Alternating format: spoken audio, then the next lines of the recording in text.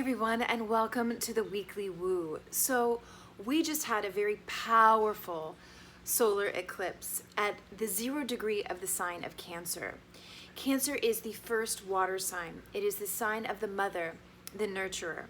So no matter what the cards say this week, it is a week to really investigate how are you nurturing yourself? How are you nurturing the people in your life? Is there a balance there?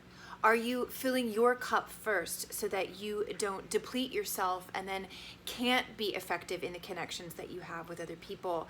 That's going to be a big question for all of us in the coming months.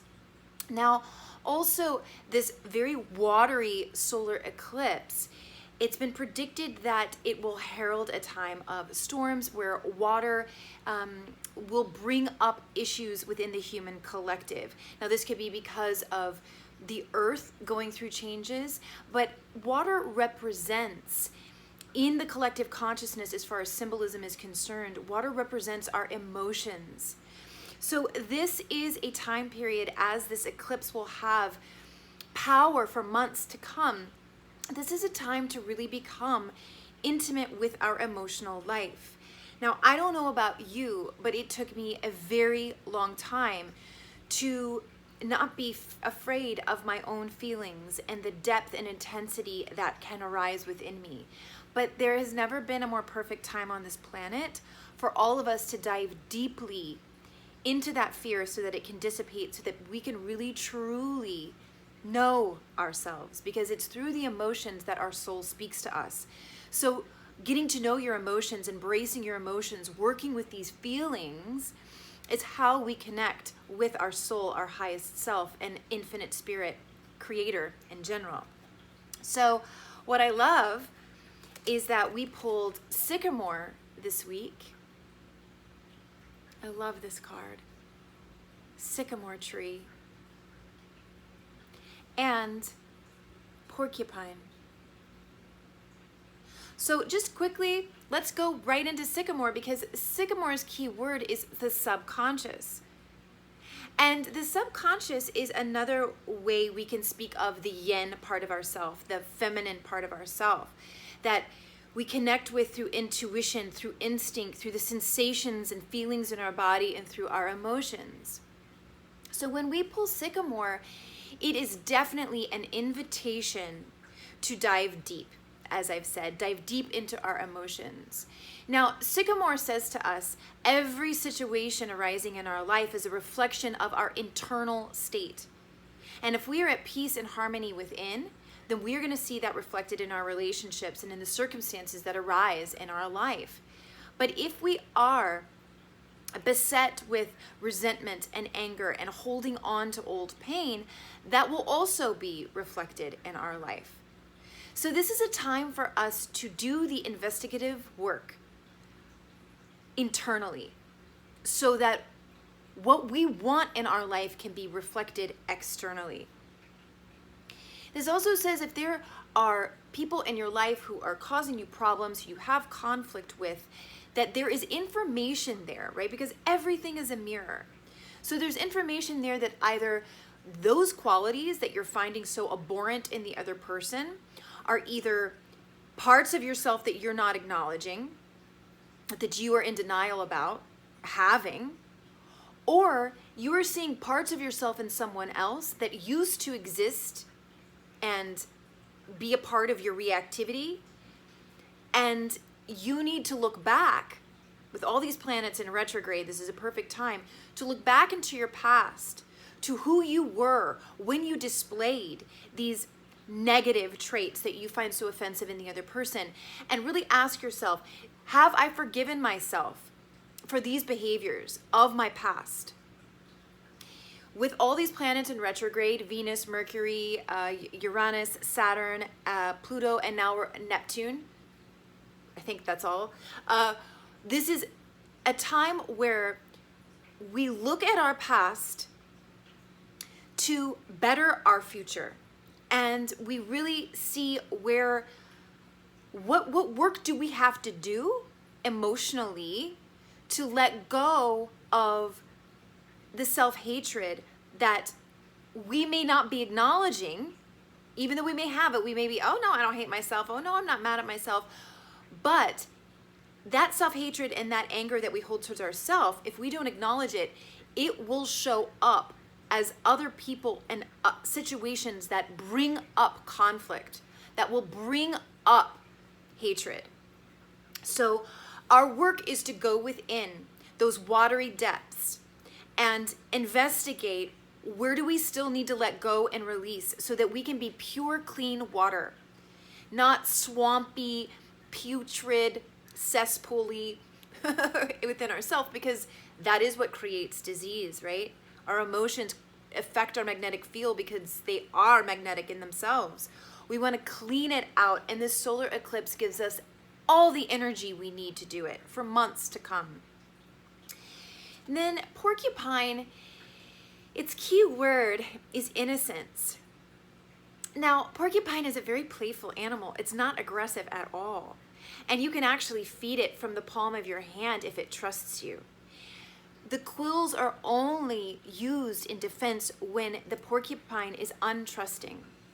So this is another reminder, which I feel, I don't know about you, but I get reminders of this multiple times a day, that there is so much power in trusting. Yes, the universe and your creator, whatever that means to you, but trusting yourself, trusting that you will be able to handle the intense depth of your own feelings, that you will be able to handle looking back at the past to clean up your internal world, that you will be able to handle whatever comes your way, because you are clear and self-loving. Trusting yourself is the antidote to fear, and it is a lifelong journey to get there.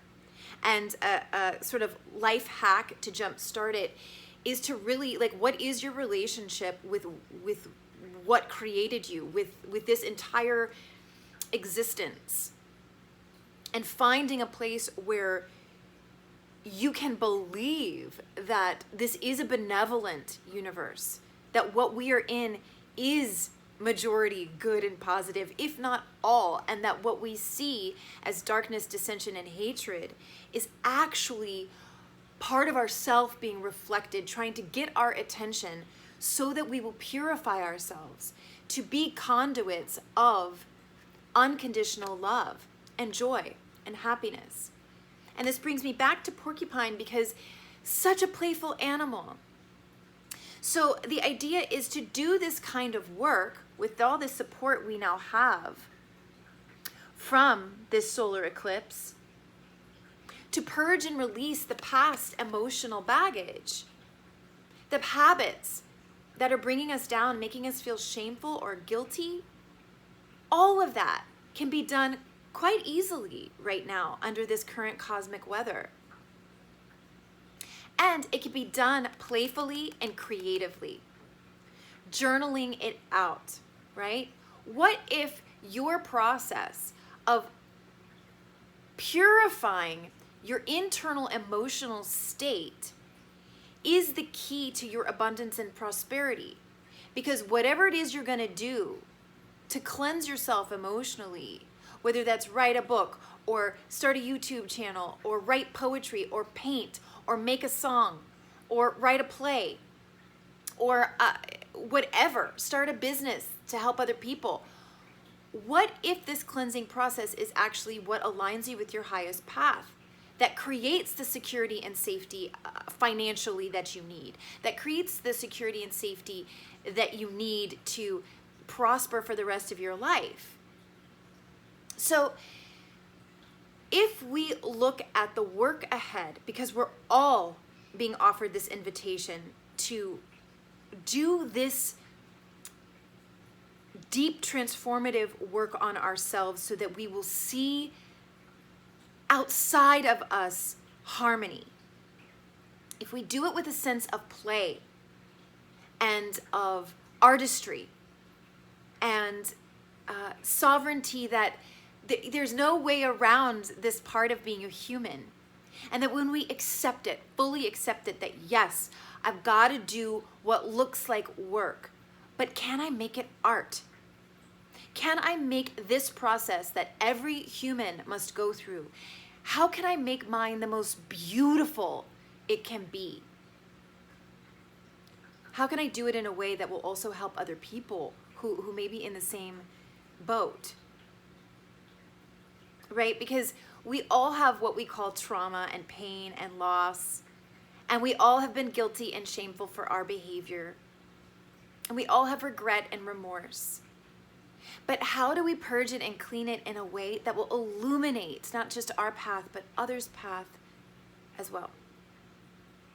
So, I do an extended, and my goodness, there were the cards were jumping out this week. So there's a lot more on the extended, and I'll get more in depth as to how we can work with the subconscious, with our dreams, and with calling in allies now, a new tribe, new contacts, because you may be sensing relationships are shifting. What used to attract you is no longer going to attract you now.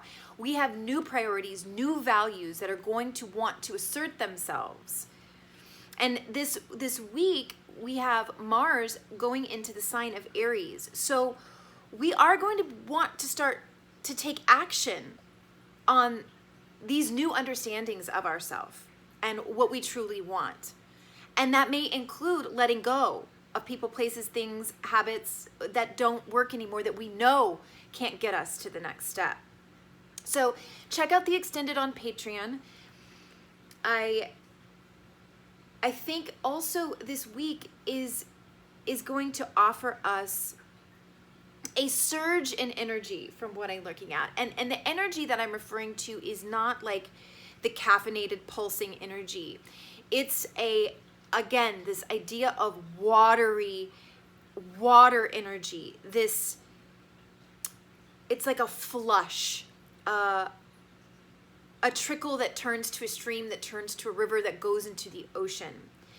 That we are going to have an understanding of what emotionally we can no longer carry. And with that comes just great change. It's through our emotions that we feel the impulse to shift. And that's what we're going to be feeling this week. So please head to patreon.com/thegoodwoo for more. And of course, if you want help in your process as you're shifting and changing, reach out to me. I do private sessions on a sliding scale.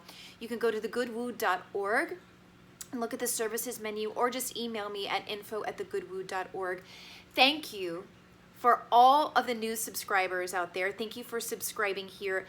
Thank you for liking this video. And if you want to know when the videos come immediately, when they are downloaded, please tap the little notification bell. Thank you all so much for viewing. And I hope that this week offers you this cleansing spirit, and that your fear of your own strength and depth can be transformed into playfulness, creativity, and an innocent understanding of your journey. Thank you so much for viewing, everyone.